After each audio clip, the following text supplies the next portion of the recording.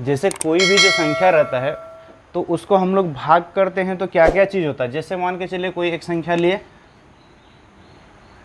45, इसको कितना से भाग करना है, 2 से। अगर 2 से भाग करेंगे तो ये कितना बार में जाएगा, डायरेक्ट दे देते 22 बार में, तो ये 1 बचा। तो ये भाग से संबंधित प्रश्न में ये क्या होता है, ये क्या होता है, ये क्या होता है और ये क्या होता है, ये क्या होता है, भाज्य। ये क्या है, जिससे भाग दे रहे, भाजक।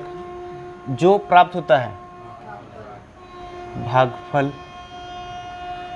और जो बचा, शेष। तो जैसे ये 45 अगर निकालना तो कैसे निकालेंगे, 2 गुना 22 प्लस 1, 22 दूना 44 और 1 45। मतलब ये फॉर्मूला जो बना आपका क्या बना, भाज्य। भाज्य बराबर क्या, भाजक गुना भागफल प्लस में क्या जोड़े, यही है। तो भाग से संबंधित प्रश्न के लिए एक सिंपल सा चीज़ है, भाज्य बराबर भाजक गुना भागफल प्लस शेषफल। ये जानेंगे तो भाग से संबंधित कोई भी क्वेश्चन आप बनाने सक जाओगे। सिंपल समझना है आपको, भाज्य गुना भाजक प्लस शेषफल। भाज्य बराबर क्या, भाजक गुना भागफल प्लस शेषफल। समझ में? इसके अलावा आपको कुछ पढ़ने का जरूरत। चलिए पहला क्वेश्चन लिखिए। सिंपल सा क्वेश्चन दिए, क्या बोल रहा, भाग की एक क्रिया में, भाग की एक क्रिया में क्या बोल रहा, भाजक कितना है, भाजक कितना है, भाजक है 403, भागफल, हाँ भागफल 403, भाजक कितना है 100, भागफल 403 प्लस शेष कितना बचा बोल रहा 58। तो आपको क्या पूछा था, भाज्य पूछा था ना। भाज्य बराबर क्या, भाजक गुना भागफल प्लस शेषफल। अब भाजक है 100, भागफल है 403, यानी 100 गुना 403 प्लस क्या 58। अब 403 को 100 से गुना करोगे तो क्या होगा 403 और प्लस 58 है जोड़ देंगे, ये हो गया आंसर। क्या बोल रहा क्वेश्चन में, इधर ध्यान दो। 8000 के निकटतम वो कौन सी संख्या है जो 45 से क्या है पूर्णतः विभक्त हो। देखो यहाँ पर 8000 बोला है तो क्या करेंगे, 8000 किससे विभक्त हो बोला है 45 से, तो क्या करना है 45 से हमको भाग देना है। तो 45 एके 45 बचा कितना 35 बचा। अब एक जीरो आया, अब 45 कितना बार में जाएगा, कितना बार में जाएगा बोलो 8 बार में। 8 बार में दो, 8 पंचे 40, 8 चौके 32, 32 4 ज़्यादा हो गया, यानी 7 बार में देना है। 7 पंचे 35, 7 चौके 28, 28 3 31, 50 में 15 गया, फिर 35, फिर जीरो। अब देखो जीरो आ गया, फिर 350 हो गया। अब देखो 7 बार में दिए थे तो कितना आया था 315। देखो 8000 का क्या बोल रहा, निकटतम बोल रहा, मतलब आप एक बार कम लो और एक बार क्या लो ज़्यादा लो, मतलब जो सामने होगा उसको लेना आपको।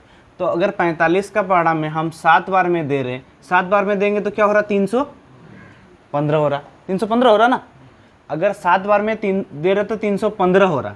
लेकिन अगर इसी को 7 बार में ना देकर हम कितना बार में देंगे, अगर 8 बार में देंगे, कितना बार में देंगे 8 बार में, तो कितना हो रहा 8 5 40, 8 चौके 32 4 36। देखो ये कितना कम है, इसमें 35 कम है और ये कितना ज़्यादा है 10 ज़्यादा है। तो निकटतम में कौन हुआ, आपसे 35 जन, एक आपसे क्या 35 कदम आप पीछे है और इधर आगे में क्या 10 कदम है। आपका दोनों तरफ घर है, 2 ठो घर है, ठीक है। इधर भी जाओगे घर है, इधर भी जाओगे। इधर आपका 35 कदम दूर घर है और उधर 10 कदम दूर है। तो कौन सा घर आपका निकटतम हुआ, 10 कदम वाला ना। देखो यानी 7 बार में जब लिए 315 हुआ, मतलब 35 क्या कम हो जा रहा है। अब 8 बार में लिए तो क्या हो रहा है 10 ज़्यादा हो रहा है। तो निकटतम 8000 का निकटतम मतलब जो सबसे पास में कौन सा हुआ, 10 ज़्यादा वाला हुआ। समझ में आ रहा, देखो कम या ज़्यादा नहीं, कौन सा निकट है, कौन सा क्या है पास से देखना। इसमें 35 कम हो रहा है और इसमें 10 ज़्यादा हो रहा। तो पास किस में हो रहा हम लोग का 10 ज़्यादा, यानी हम लोग यहाँ पर 7 ना लेके कितना लेंगे 8 लेंगे। अगर 8 लेंगे तो यहाँ पर कितना आ जाएगा 360, यानी फाइनली क्या होगा 10 ज़्यादा होगा ना, यानी संख्या जो मेरा था, संख्या क्या था 8000 था, इसमें 10 ज़्यादा करेंगे तो कितना हो जाएगा 8010। हाँ ठीक है 8010 आंसर। और क्वेश्चन में क्या पूछा है, 8000 का निकटतम कौन सी संख्या है जो किससे भाग जाएगा 45 से भाग जाएगा। किससे भाग जाना है 45 से। देखो आपके पास ये 4 ऑप्शन है, ये इसमें से कोई ना कोई है। अब ये किससे भाग जाना है 45 से, तो अब देखो कि इसमें कौन सा संख्या 45 से भाग जा रहा है। तो 45 में मेरा क्या क्या है बताओ तो, 5 गुना 9 है, मतलब जो 5 से कटेगा और जो 9 से कटेगा वो क्या होगा 45 से कटेगा। तो सबसे पहले देखो 5 का विभाज्यता नियम में क्या होना चाहिए, 5 होना चाहिए, 0 होना चाहिए, 5 होना चाहिए, 0 होना चाहिए। 5 से 0 होता है ना 5 का विभाज्यता नियम में, तो ये सब में है, मतलब कोई भी हो सकता है। तो इससे हमको नहीं पता चला। अब दूसरा देखेंगे, क्या देखेंगे 9। अब 9 का विभाज्यता नियम बताओ, अंकों का योग क्या होना चाहिए 9 से। तो देखो 8 और 2 10, क्या जा रहा, नहीं जा रहा। 9 7 7 14, 14 5 19, 19 क्या 9 से जा रहा, नहीं जा रहा। 9 7 6 13, 13 5 18, 18 ना, ये देखो 9 से जा रहा है ये भी। अब ये 8 और 1 9, ये भी 9 से जा रहा, ये दोनों ही क्या हो रहा 9 से जा रहा। तो हमको क्वेश्चन में क्या पूछा था 8000 के निकटतम कौन सी संख्या ना, तो 8000 का निकटतम ये वाला संख्या है, ये वाला। देखो ये 965 है, मतलब 35 कम है, 35 कम है और ये 10 ज़्यादा है। निकटतम कौन सा हुआ, तो आंसर क्या हुआ 818010। समझ में आया। देखो अभी उस समय भी बनाए थे तो ये 965 वाला आया था ना, 35 कम वाला आया था ना, तो हमको ये भी जा रहा 9 से, ये भी जा रहा। अगर 9 एक ठो कोई जाता तो डायरेक्टली हम वहीं पर बता देते, लेकिन अगर 2 ठो जा रहा तो क्या दिक्कत है, जो सबसे निकट है पूछा, तो ये सबसे निकट है ना, ये 10 ज़्यादा है और ये 35 कम है, मतलब ये निकट है, तो ये आंसर हो गया। देखो पूरा भाग करने की कोई जरूरत पड़ा, खाली विभाज्यता नियम 9 से चेक किया, आराम से बन गया। समझ में आया। 5 अंकों की बड़ी से बड़ी संख्या क्या है,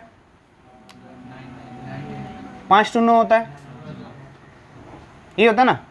अब किससे विभक्त हो बोल रहा 24 से, तो हमको 24 से भाग देना है, 24 से भाग देना ना।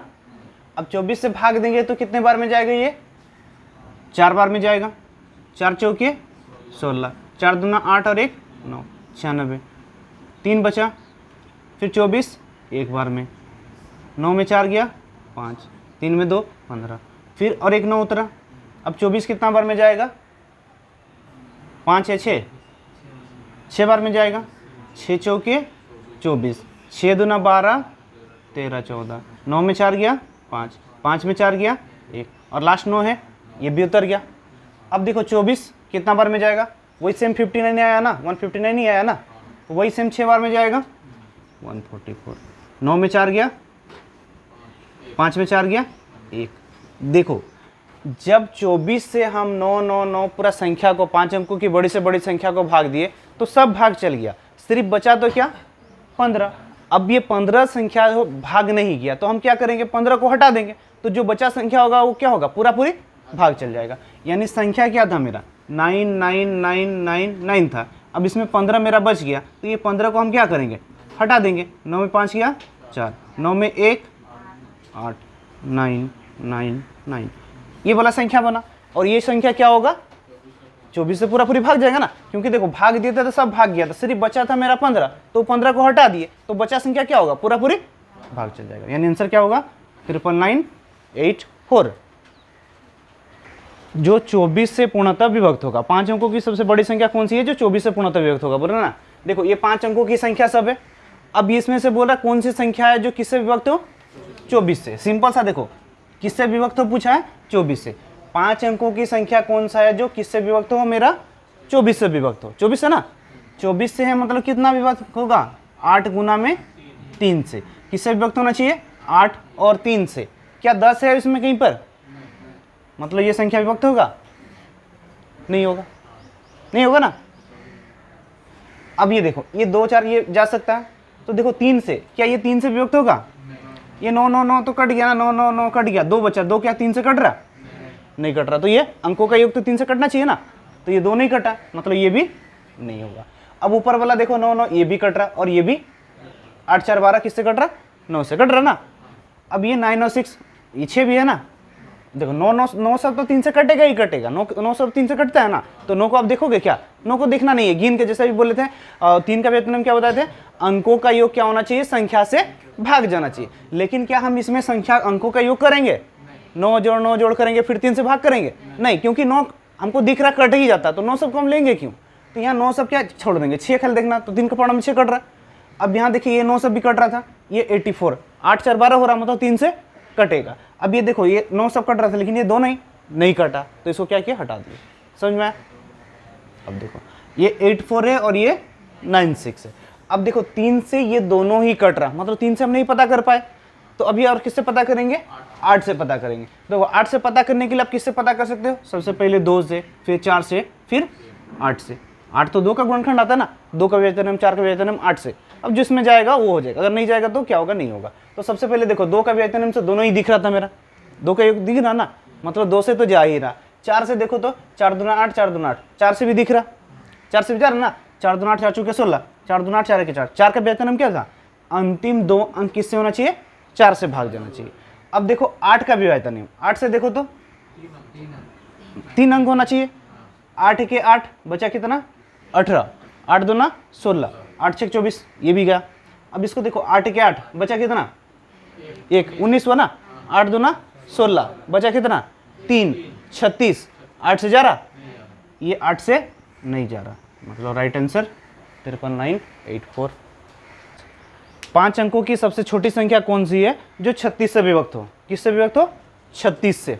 फटाफट बनाओ, भाग देने की जरूरत नहीं है आपको, भाग वाला नहीं बनाएंगे, भाग वाला सीख गए तुम लोग, बहुत जल्दी जानते हो, सीख जाते हो फटाफट ना, इसीलिए भाग वाला भी बनाओ नहीं।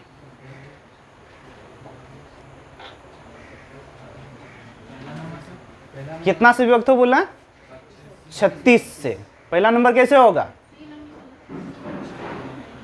गधा सब हो क्या, किससे विभक्त हो बोला, 36 से।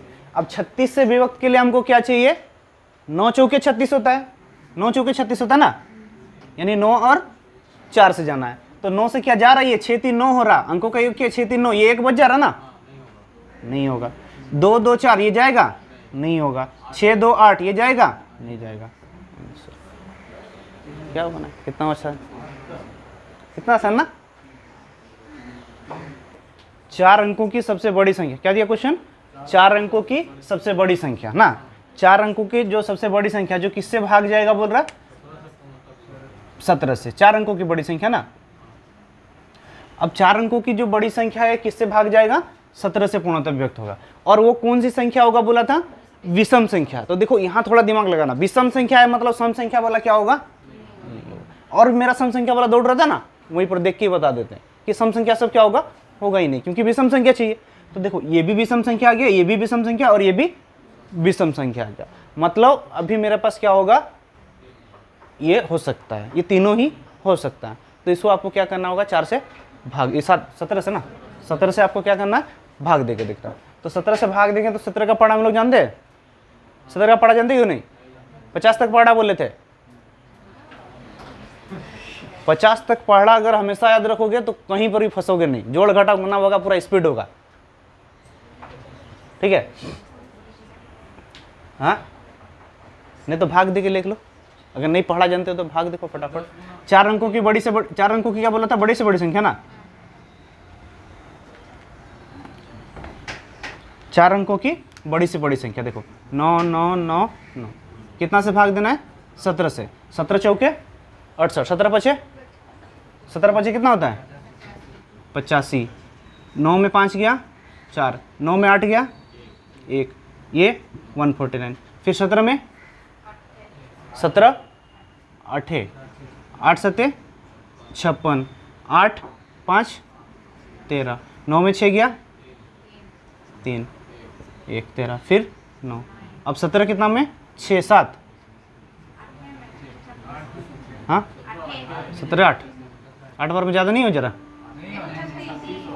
ओ ये तो क्या था, 136 हुआ ना, 136 हुआ तो कितना बचा, 3।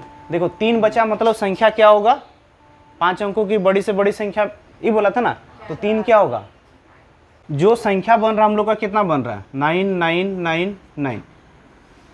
अब ये 3 जब घटा दिए यहाँ पर क्या बचा, 9 में 3 गया 6, 9 9 9, ये संख्या हम लोग का ये बन रहा जो किससे भाग जा रहा 17 से। लेकिन ये संख्या क्या हो गया मेरा, सम संख्या हो गया। तो सम संख्या नहीं होना चाहिए बोला था, क्या बोला था, विषम संख्या। देखो क्वेश्चन का लेवल हार्ड हो गया ना, थोड़ा सा चेंज कर दिया क्वेश्चन में। तो ये सम संख्या आ रहा मेरा, लेकिन बोला विषम संख्या होगा, बोला मतलब 5 अंकों की बड़ी से बड़ी संख्या। तो ऊपर तो जा नहीं सकते हम, ऊपर तो क्या जा नहीं सकते, क्योंकि 5 अंक से ज्यादा हो जाएगा, 6 अंक का हो जाएगा ना। यानी यहाँ पर क्या एक पीछे चल जाएंगे तो विषम संख्या आ जाएगा ना, क्योंकि ये भाग जा रहा। तो 17 से भाग दिया मतलब इससे और एक कम क्या होगा, अगर और 17 कम वो भी तो भाग जाएगा ना। तो अगर इसमें 17 अगर हम घटा दिए तो 6 में 7 गया 9, 8 में 1 गया 7, 9 9 7, ये क्या बना विषम संख्या हो गया ना। और ये संख्या क्या होगा, भाग जाएगा। देखो भाग तो हम लोग का यही संख्या जा रहा था, लेकिन ये क्या हो गया था, सम हो गया था। तो हमको क्वेश्चन में बोल दिया कि सम नहीं होना चाहिए, क्या होना चाहिए, विषम होना चाहिए। अब विषम कब होगा, जब संख्या को और एक घटा देंगे, या फिर आगे भी जा सकते थे, आगे जाने से भी आ जाता, लेकिन आगे जाते तो 5 अंक से 6 अंक का हो जाता। इसलिए क्या किया, उसको एक घटा दिए, एक बार घटा दिए। अब 17 का परिणाम भाग दे रहे थे, एक बार घटा दिए मतलब कितना दिए, 17 घटा दिए तो 9979 आ गया। समझ में आया। 57 संख्या क्या लिए 57। इसको हमको कितना से भाग करना है, 8 से भाग करना है, 8 से भाग करना ना, 57 नहीं लेता है। एक संख्या लिए 55, इसको कितना से भाग करना है, 8 से भाग करना है। 55 को 8 से भाग करेंगे तो क्या क्या होगा बताओ तो। 55 को अगर 8 से हम भाग करेंगे, 8 6 का 48 भाग चल गया, 15 में 8 गया 7, क्या शेष बचा। मतलब ये जो 55 था, 55 जो था 48 क्या कर गया, भाग कर गया, और शेष क्या बचा 7। 55 हुआ ना, 48 किसको भाग, कौन भाग किया, 8 भाग किया। अब बोल रहा है इसी संख्या को, अगर बोलेगा इसी संख्या को, वही जो 55 संख्या है इसको किससे भाग करने बोलेंगे, 2 से भाग करो। मान के चलो किससे भाग कर रहे, 2 से, तो शेष क्या बचेगा। तो देखो ये जो 48 जो था, क्या 48 ये 2 को भाग करेगा, ये 2 48 को भाग करेगा, ये जो 48 संख्या उसको 2 भाग करेगा। क्यों करेगा, क्योंकि देखो 2 8 से कट रहा, मतलब 8 से जो जो संख्या भाग गया होगा वो 2 क्या 48 उसको पूरा पूरी भाग कर दो वो संख्या सबको भाग कर देगा, यही है ना। देखो 8 से 2 अगर 8 से मेरा कट रहा, तो ये जो 55 में से जो 48 भाग गया था, 8 से जो 48 भाग कर गया था, तो 2 भी तो उसको भाग कर देगा। तो अब हम 2 से अगर भाग चेक करना चाहेंगे तो सिर्फ चेक हमको किसको करना देखना पड़ेगा, ये 48 तो भाग जाएगा ही जाएगा। तो सिर्फ देखेंगे क्या इस 7 को, तो 7 को अगर 2 से भाग करेंगे तो 2 तिया 6, यानी शेष क्या बचेगा।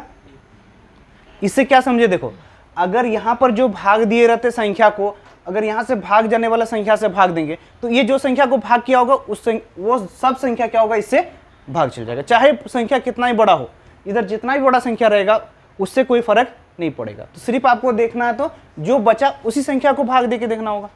समझ में आया कॉन्सेप्ट। चलो तुम लोग का क्वेश्चन बताओ, अभी बोलो क्वेश्चन बोलो।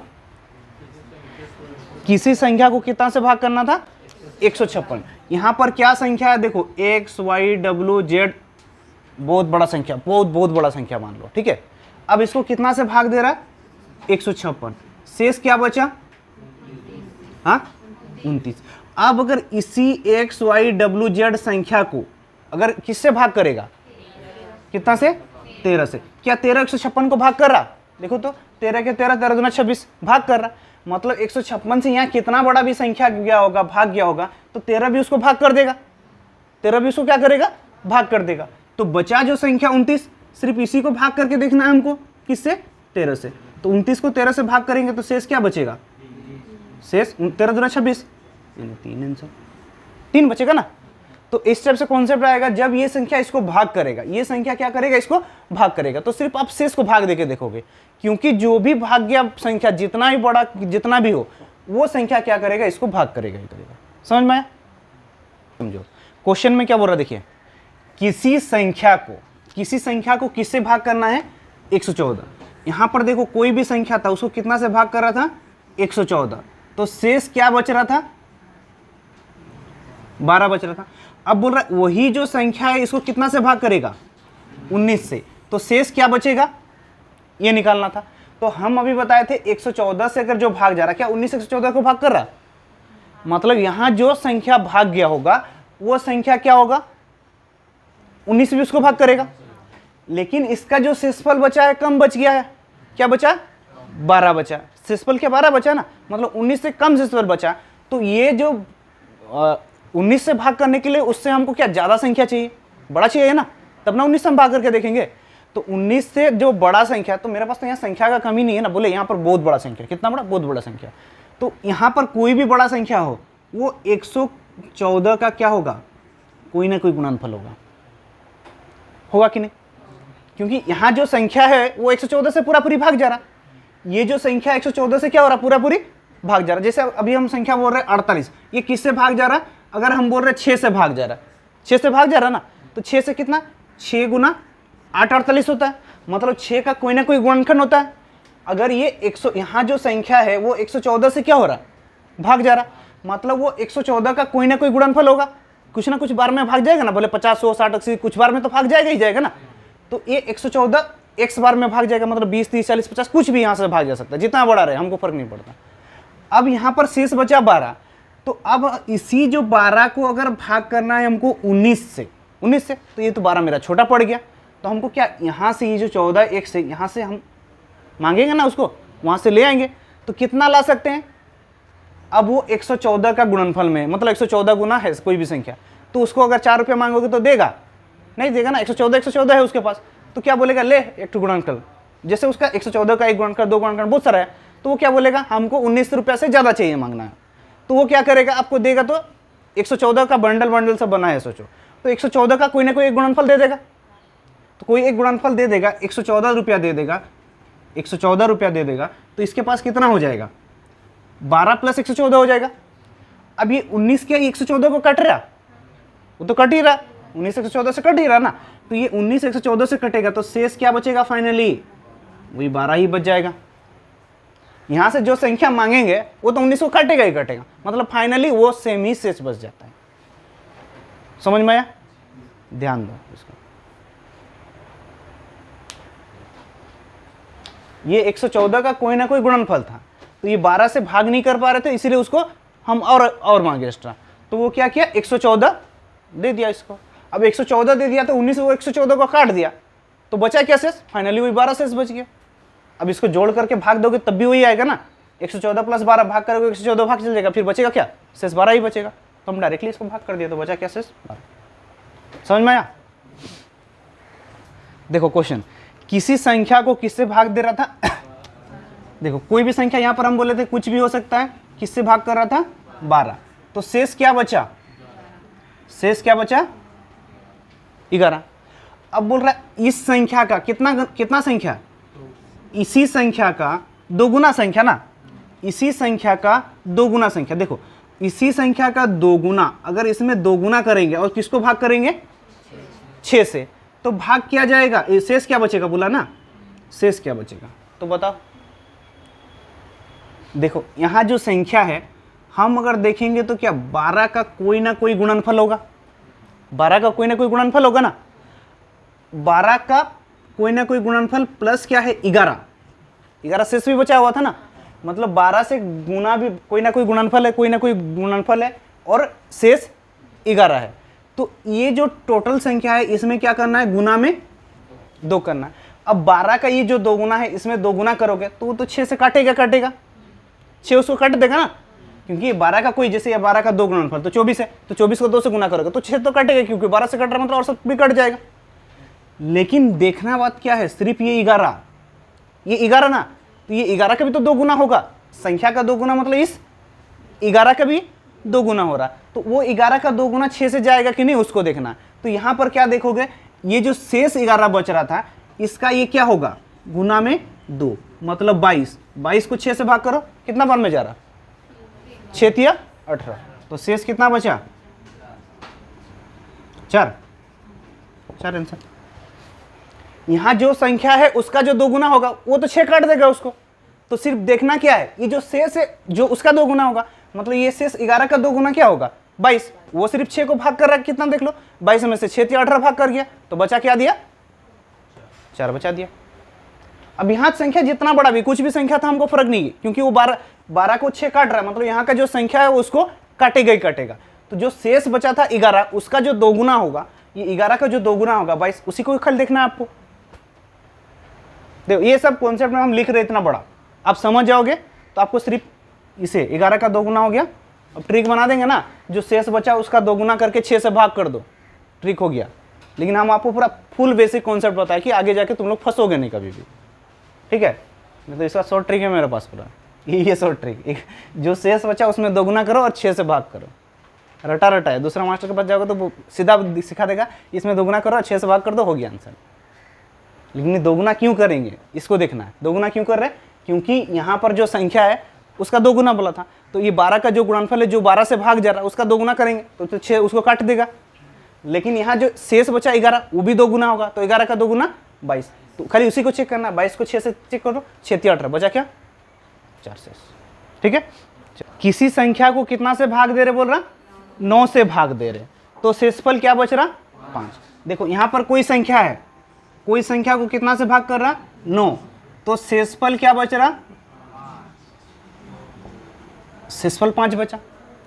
अब बोल रहा उसी संख्या को कितना से भाग देंगे, उसी संख्या को 18 से भाग देंगे तो शेषफल क्या बचेगा, ये पूछा ना, शेषफल क्या होगा। देखो यहाँ अगर 9 से भाग दे रहे तो हम बोले यहाँ पर 9 का कोई ना कोई गुणनफल होता है, 9 से पूरा भाग जाएगा ना, तो 9 का कोई ना कोई गुणनफल होगा, प्लस 5 शेष बचा, मतलब यहाँ पर प्लस 5 होता है। पूरा संख्या अगर देखेंगे, ये संख्या है ना, तो ये जो संख्या है क्या है बोलेगा तो 9 से भाग गया, मतलब 9 से जैसे 5 बार में, 7 बार में, 10 बार में, 20 बार में, कुछ बार में गया होगा, तो ये 9 से कुछ ना कुछ बार में गया होगा, और उसमें प्लस 5, मतलब यही संख्या होता है। अब ये संख्या को कितना से भाग देना है, 18 से भाग देना, कितना से, 18 से। तो देखो अगर ये संख्या को 18 से भाग देना है तो यहाँ पर क्या शेष बचेगा, पूछा क्या शेष बचेगा।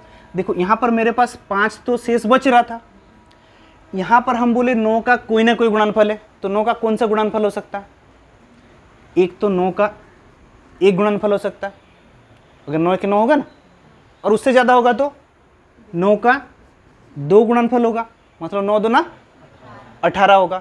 2 कंडीशन आ सकता है, एक तो 9 का एक गुणनफल होगा या 9 का 2, मतलब एक 9 का सम गुणनफल होगा और एक क्या होगा, विषम गुणनफल होगा, ए ना। यहाँ 9 का कौन सा गुणनफल हो सकता है, एक तो सम संख्या में हो सकता है या विषम संख्या में हो सकता है।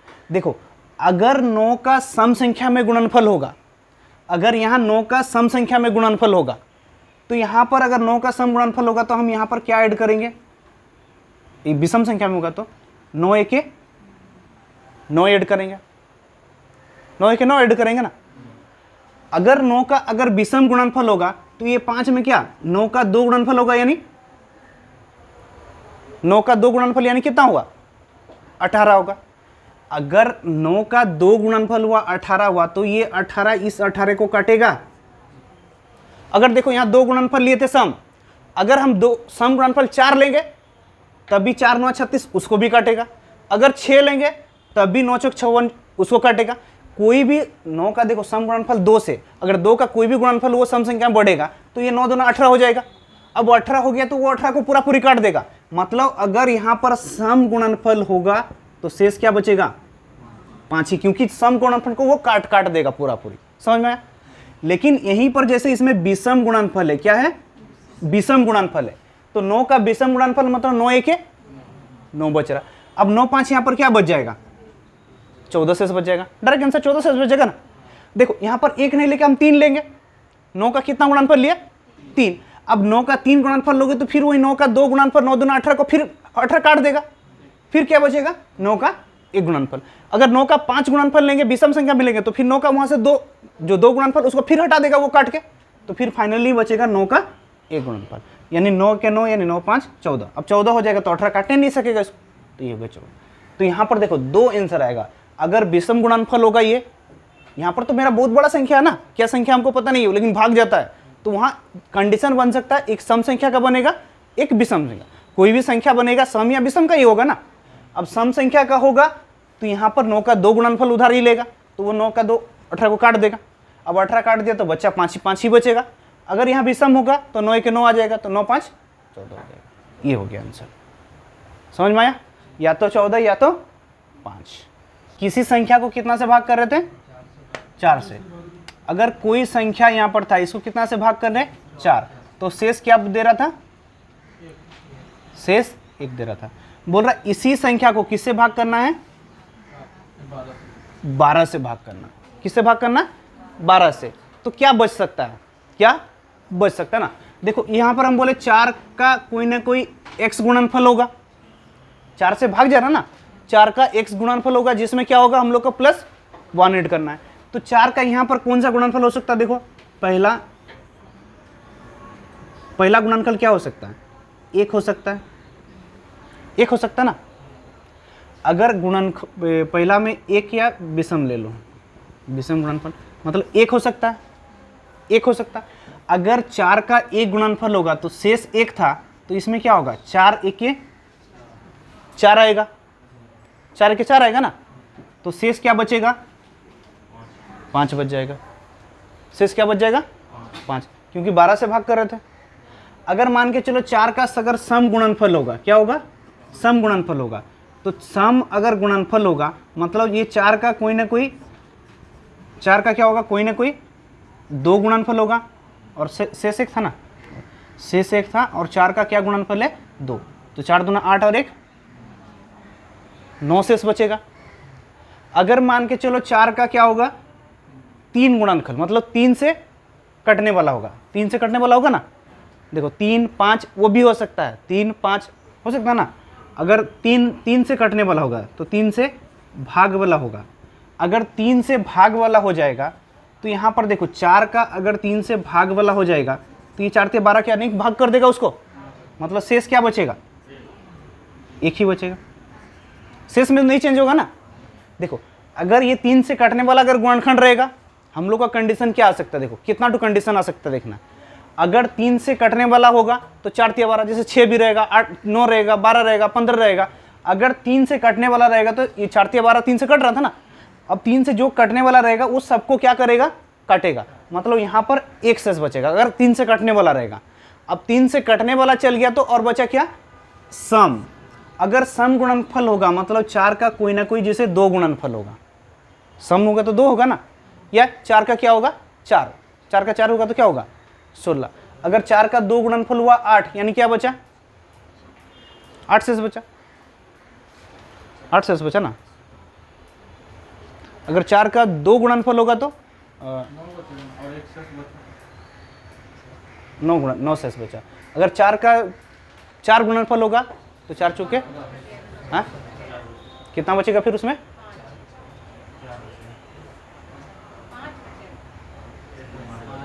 विषम संख्या होगा तो क्या होगा? देखो विषम संख्या होगा तो 3 जो है वो 3 को काट देगा, मतलब बचेगा क्या? सम बचेगा। अगर 3 हुआ तो पूरा पूरी कटेगा, अगर 5 हुआ तो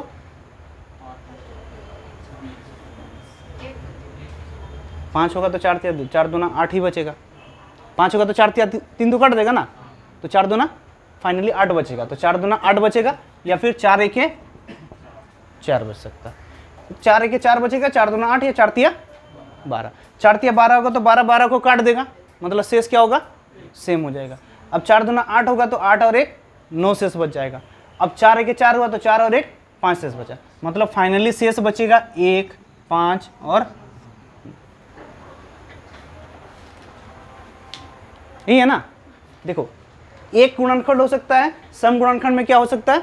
2 हो सकता है, और 3 से भाग हो सकता है। 3 से भाग जाने वाला, 3 से भाग जाने वाला गुण मतलब कोई भी गुणनखंड। देखो यहाँ तो 4 से कटने वाला डिजिट है ना, तो ये x का मान क्या हो सकता है? हम लोग सोच रहे हैं x का मान अगर हम 1 ले सकते हैं, x का मान 2 ले सकते हैं, x का मान 3 ले सकते हैं, x का मान 5 भी ले सकते हैं, x का मान 7 भी ले सकते हैं। क्या ले सकते हैं हम? x का मान 1 लिए तो क्या बचा? 4 और 1 5 बचा। अगर 2 लिए तो 4 दूना 8, 8 और 1 9 बचा। 3 लिए तो 4 3 12, 12 12 को काट दिया, मतलब शेष 1 ही बचा। फिर दोबारा हम क्या लेंगे? 4 लेंगे। अब 4 लेंगे तो फिर 3 काट देगा, मतलब फिर दोबारा क्या आ जाएगा? 4 का 1 आ जाएगा। फिर 5 लेंगे तो फिर 3 कट जाएगा, फिर बचेगा क्या? 4 का 2 आएगा। फिर दोबारा 3 आ जाएगा 6 में, फिर उसको पूरा पूरी काट देगा। मतलब ये एक 5 9 1 5 9 रिपीटेशन होता रहेगा। समझ में आया? पूरा ये कहानी है। क्लियर? छुट्टी।